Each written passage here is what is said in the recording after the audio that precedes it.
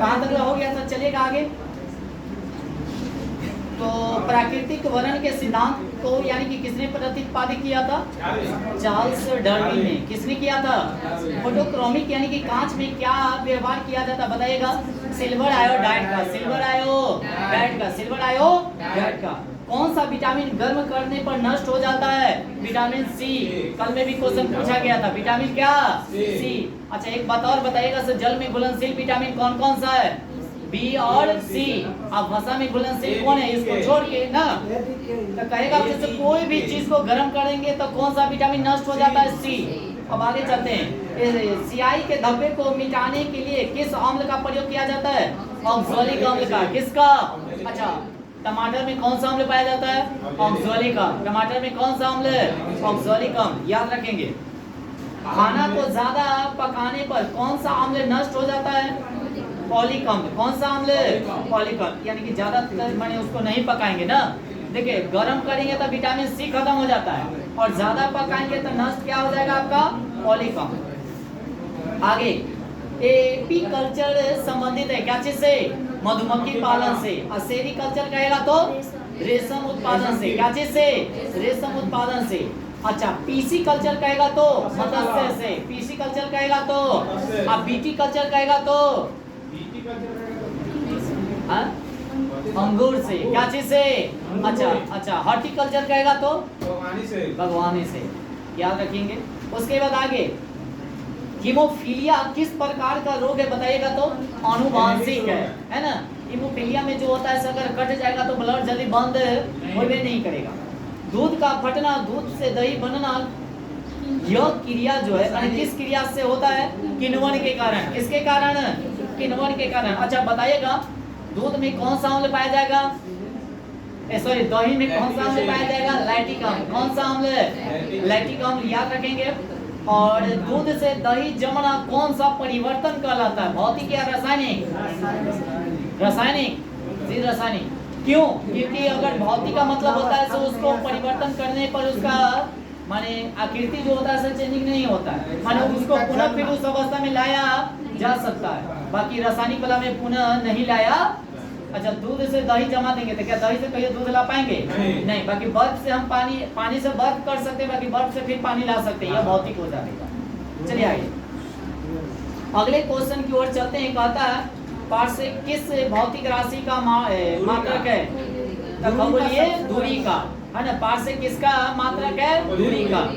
विकास के उत्परिवर्तन के सिद्धांत को किसने प्रतिपादित किया था? डी ब्रीज ने। वो डी ब्रीज ने। तो कहेगा विकास के उत्परिवर्तन के सिद्धांत को किसने प्रतिपादित किया था? हाँ वो डी ब्रीज। उसके बाद धातुओं के वेल्डिंग के लिए किसका उपयोग किया जाता है? एसिटिलीन गैस का। किसका किया जाएगा? एसिटिलीन गैस का।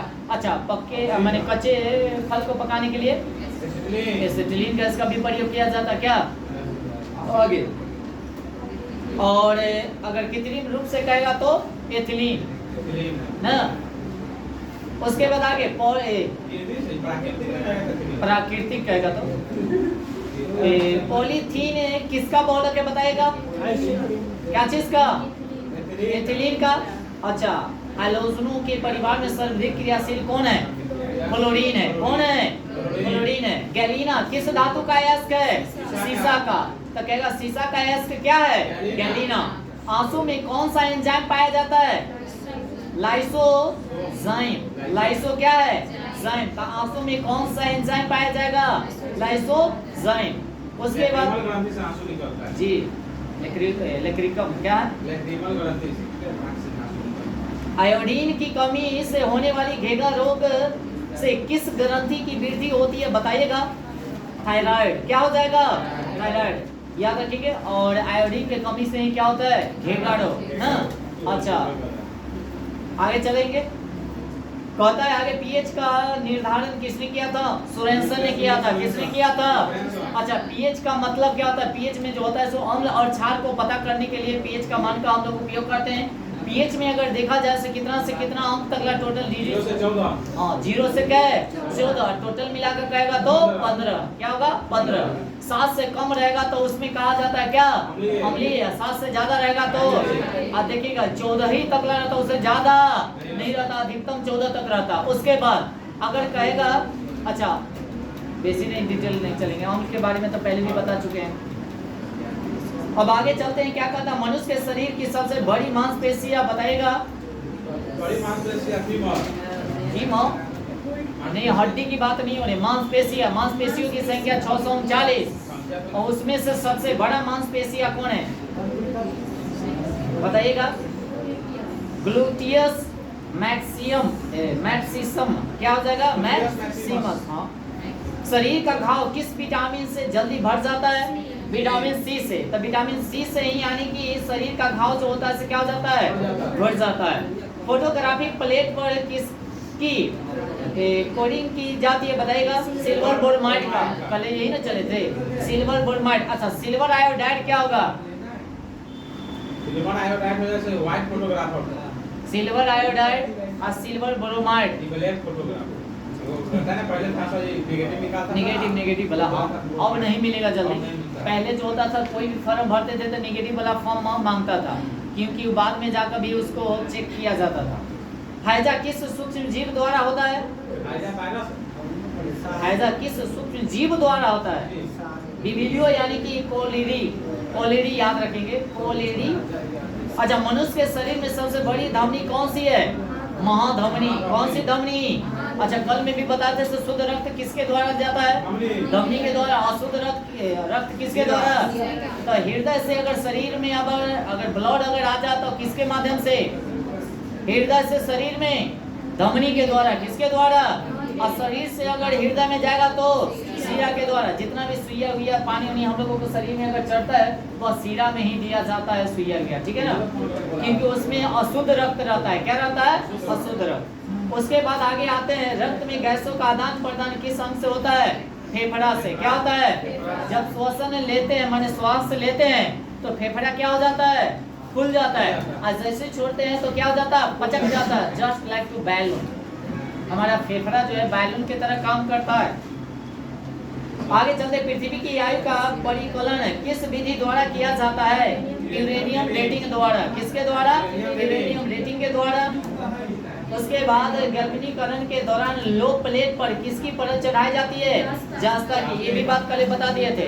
अच्छा, एक और बात बताइएगा, जंग लगने का 3 अवस्था बताइए तो कैसे जंग लगेगा? किसके कारण? ऑक्सीकरण के कारण तो ठीक जंग लगता है। उसमें रहना चाहिए नमी के साथ साथ वायु के साथ साथ धूल का।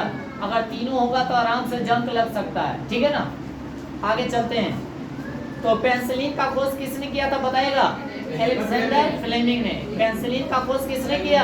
अलेक्जेंडर फ्लेमिंग ना, फ्लेमिंग। उसके बाद एक पत्थर या धातु की पिंड सूर्य के चारों तरफ कक्षा में घूमते हैं तो क्या कहा जाता है बताइएगा?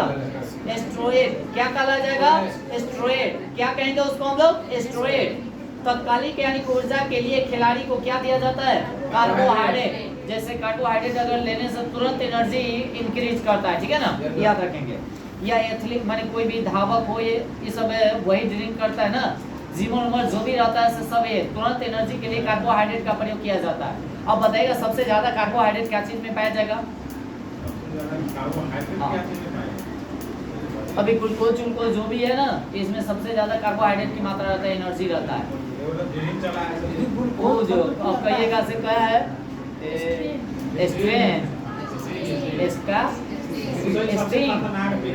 नहीं पीना चाहिए। उसका खासियत अगर जहिया से जोन जान जाएगा ना सो पीवे नहीं करेगा। अरे कैंसर नहीं, बांझपन की बीमारी हो जाती है। बांझपन, हाँ जी, ये बात नहीं जानता है कोई। अरे देखिए, सब भी जो बना रहता है सब केमिकल का बना हुआ रहता है। क्या हमारे लिए स्वास्थ्य के लिए लाभदायक थोड़े ऐसे?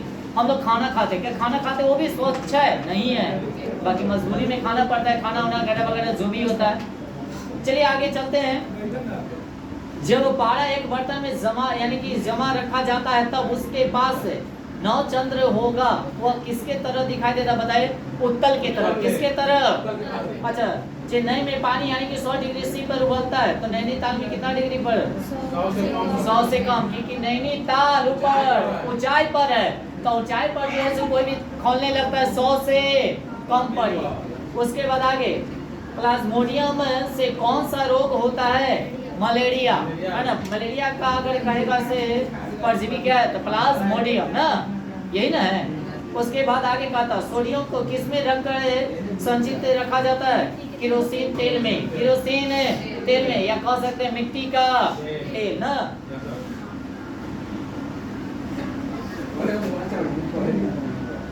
केरोसिन में। और सोडियम में एक ऐसा धातु है, ये क्या है? धातु, जिसको चाकू से क्या किया जा सकता है? काटा जा सकता है। अच्छा, फास्फोरस को कहाँ रखा जाएगा? पानी में रखा जाता है। और जैसे ही बाहर उसको निकालेंगे तो स्वयं क्रिया करके, है ना,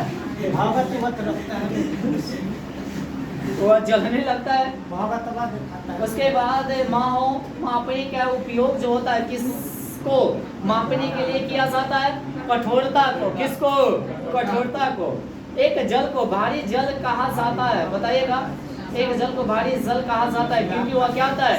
साबुन के साथ जी फेन नहीं देता है, नहीं देता है जी। तो इस तरह से एक टॉपिक आप लोगों का इधर एक पेज खत्म हो गया। रहने देगा इतना ही जी, बचा हुआ तो बहुत है। साइंस तो अभी कई दिन चलेगा, सब प्रीवियस ईयर ही चल रहा है, ठीक है ना जी। रहने देते हैं, ठीक है। कल चलेंगे हम लोग।